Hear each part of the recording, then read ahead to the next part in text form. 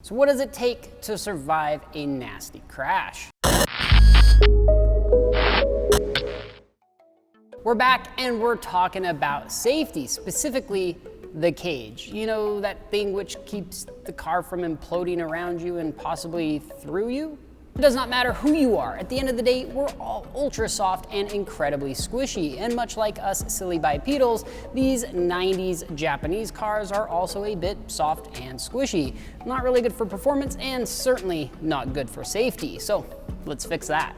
The roll cage is an integral part of any race car. It has to keep the car rigid, which helps reduce chassis flex and greatly improves handling and predictability, but more importantly, it has to protect the driver when things go horribly wrong. Yep, I'm flying through the air, this is not good. Now you might think it would be best just to weld in some steel I-beams all through the car, essentially turning it into a tank.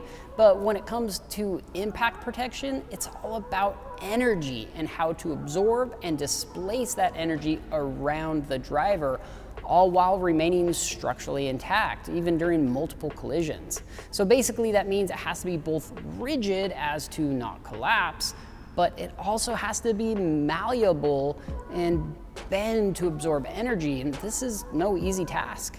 It would be pretty easy to make an incredibly strong and ultra rigid cage, but during a crash, all that energy is just going to be transferred directly to the driver, which is very, very bad.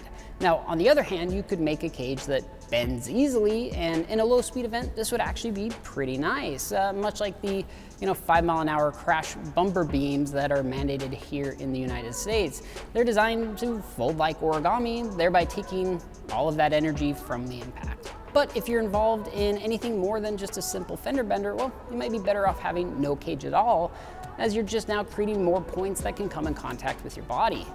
So what's the options here? Well, assuming we had an unlimited budget and the class allowed it, you could build a near immovable cage directly around the driver and then a carbon fiber structure around that, much like Formula One. However, due to budget restrictions as well as class restrictions, we're gonna do the simple and cheap version of exactly that. We're basically using factory and aftermarket solutions. And we've opted for the AutoPower Rally Roll Cage, which includes some pretty beefy steel tubing to provide a fairly immovable structure pretty close around the driver. And then we're going to rely on the OEM crumple zones to help absorb that energy in the event of a crash. We've also added some additional bracing and gussets to help protect the driver even further. Not only will this provide ample protection, it will also allow us to use this car in other types of racing after our land speed attempt. 58, coming up hard. With safety aside, what about the body? As we stated in previous episodes, this car will be racing in the production 1-liter class.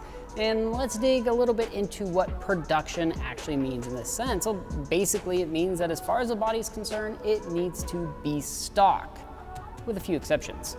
And I know what some of you guys are thinking, and I've seen it in the comments. You guys have an Impreza L, it's not even a WRX, let alone an STi.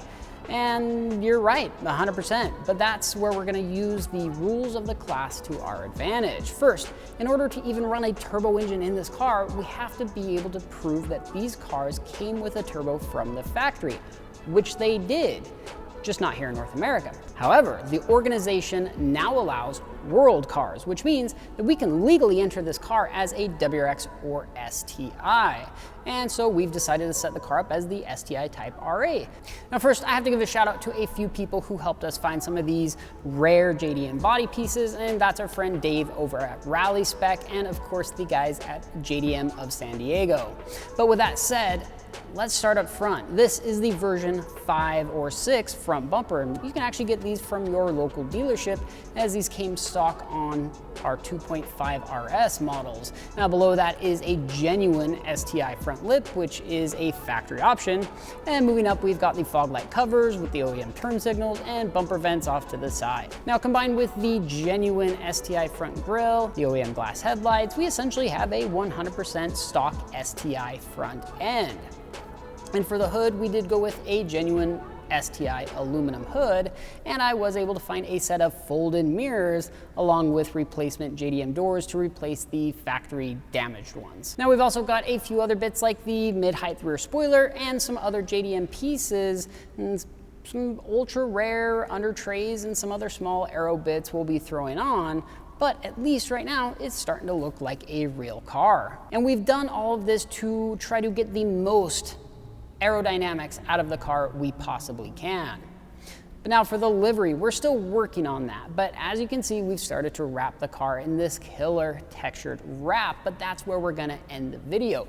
We've got a lot of work ahead of us and very little time to do it, so make sure to stay tuned for updates and progress on this car. And if you like this episode, you wanna see more about this car, make sure to hit subscribe, drop me a like, and put a comment down below. Let me know what you guys think of what we're doing with this car. And also make sure to follow us on Facebook, Instagram, Snapchat, as we do post updated pictures and progress on this. Thank you guys so much for watching. Hope you enjoyed. We'll see you next time.